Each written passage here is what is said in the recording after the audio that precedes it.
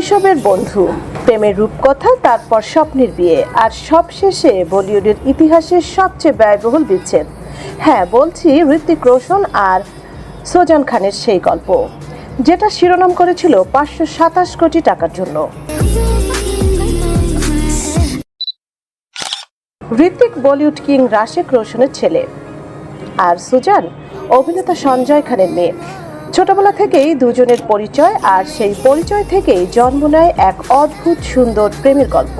কাহনা প্যার হয়ে দিয়ে বলিউডের প্রবেশের ঠিক পরেই 2000 সালের 20 ডিসেম্বর 4 বছরের প্রেমের পর তারা বিয়ের বন্ধনে আবদ্ধ হন। 2006-এ জন্ম নেয় প্রথম ছেলে রিহান, 2009 দ্বিতীয় ছেলে রিদান।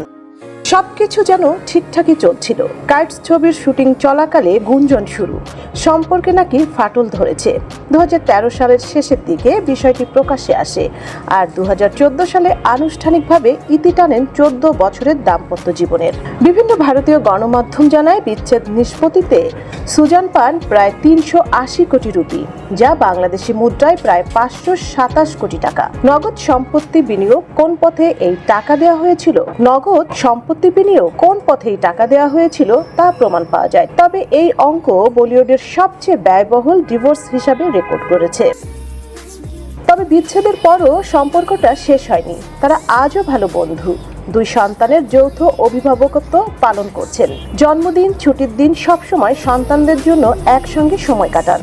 বর্তমানে হৃতিক প্রেম করছেন অভিনেত্রী সাবা আজাদের সঙ্গে, আর সুজান আছেন ব্যবসায়ী আর্সলান গনির সঙ্গে সম্পর্কে।